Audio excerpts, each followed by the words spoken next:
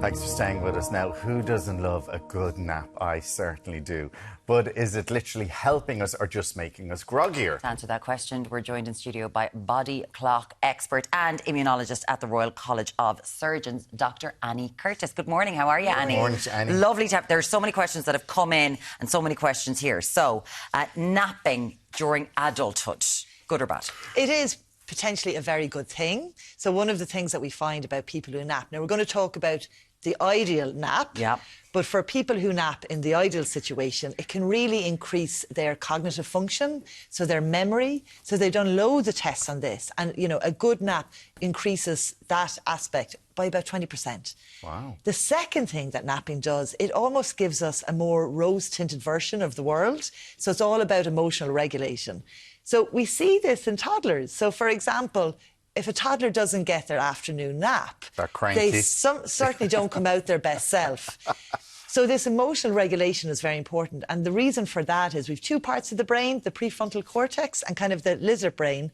And if you don't nap or you don't have enough sleep, they kind of go offline from each other. And that causes the mad tempers that we see in toddlers, but we kind of see it as well in adults as well. Because if you're tired, you're cranky. And You're that's cranky. Sort of, it's You're just not your natural. best You're self. not at your best Yeah, self. Alan. Now, I suppose lots of people who take naps, and we've been doing this show for so long, and we all get naps because we need them. The variation of people who tell us the times of how much a nap you should have. Yes. Now, my thing was, I thought I was doing it right because I'm getting a 40-minute nap. You're saying that's too long. Yes, so I like the acronym, well, the word daylight, to think about how we use naps. So D in daylight is for duration. And what we're looking at is potentially a 20-minute nap or an hour and a half. And the reason for that is because of our sleep cycle, OK? So we have a sleep cycle. There's 4 stages in it. If you do a 20-minute nap, you just go into stage 1. And that's really good just to kind of refresh you. You know, if you're a little bit tired and you just need a little bump up, that's your 20-minute. If you feel you need more of a nap, extend it out to 90 minutes. That's very long. That's a big jump now from 20 to an hour and a half. We have to go with our biology, Alan. So what happens with the 90-minute nap is you go through all the 4 stages of a sleep cycle and you come out of that. Because if you take a 40-minute nap or a 50-minute nap, you end up having this thing called sleep inertia.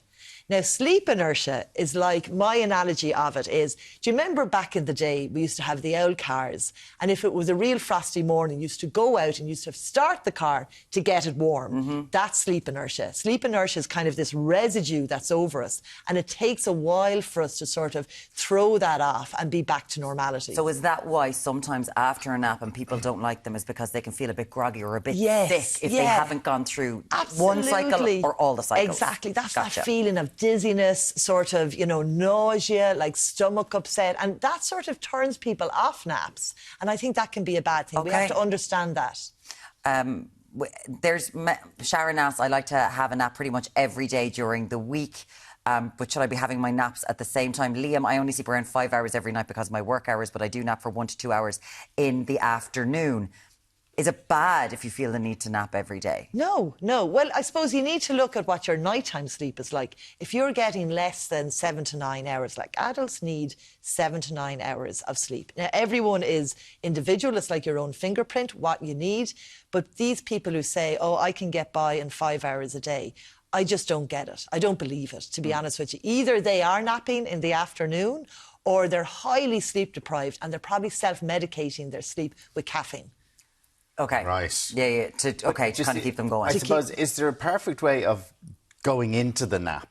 Because, you know, not everybody could have a bed. Yeah. So maybe people are grabbing a comfy chair or something like that. Is that OK? Yeah, that is absolutely OK. And I think it's probably better to keep the bedroom for nighttime sleep, you know, have that isolated for nighttime sleep. Yeah. I think a couple of things we can do really easily is a face mask. You know, so these like eye masks. I'd be lost without them, yeah. They're uber cheap.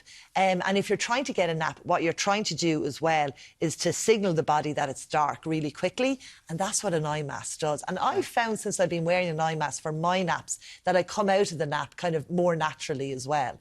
So we have duration, we have light, and the last thing we have is time. What time should you be going for your nap? Yeah. So the absolute rule is you shouldn't have a nap after 3 o'clock.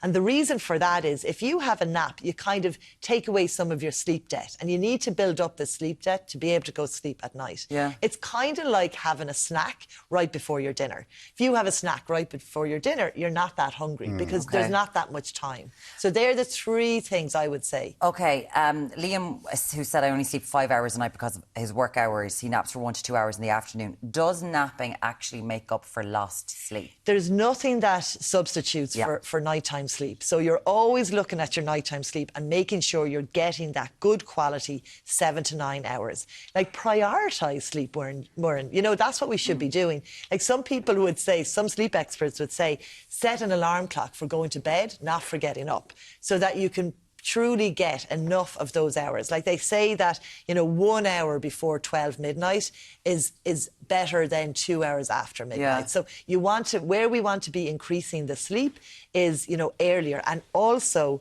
if we look at those different sleep stages, we have more REM sleep in the first half of the night.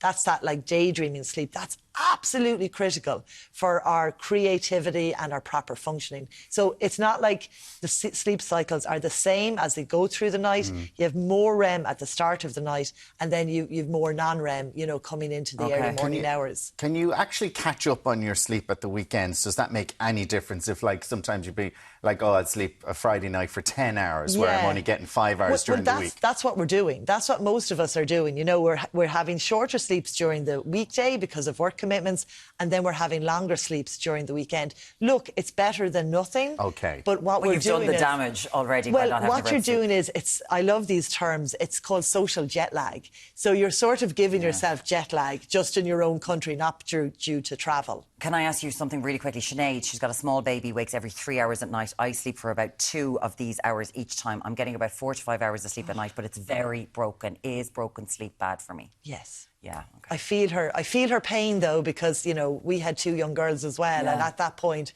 we were also getting up. So look, there's nothing you can do about it. It's just a phase in your life. It won't always be there. You know, when the child is older, they'll have much better sleep, and so will you. Is it doing damage cognitive? Like, is it kind of you're not? Oh, yes. You're not. It is doing damage. Because what happens with the brain is that when the brain sleeps, it kind of opens up and all the toxins go down into your body, and then they get excreted. So if you don't have enough time, you know, for that, you're sort of building up toxins in your brain. So it's having an effect on your overall body and your brain. Right. And your brain. So 20 minutes or an hour and a half? Or an hour and a half. Yeah, you're going to have to change it. Decisions. No. And Sinead, for you and all the young parents out there, I think there's a lot of people who are with you, so I'm really sorry. It's just a phase, and hopefully you'll get through it. Thank you so much, Annie. That was brilliant. That is so amazing. Dr. Annie Curtis, body clock expert and immunologist at the Royal College of Surgeons. Thank you, guys. You'll come back because this Oh, yes. Well, Tommy. Oh, look at Tommy. Tommy, are you all right, love? Like a baby. Keep it down. I have genuinely seen that man take a nap over there for 6 minutes in between things, so he's off. Bye, The love. shoes and all are off. Isn't he even pretty when he fake naps? God damn. Love his duvet as well. Cutie. Now, Oh, the shoes are off. the shoes are off. He's doing He it. means We'll give him. business. He We'll give him means 20 business. minutes while we take a quick break. Only feet will be going mad over those.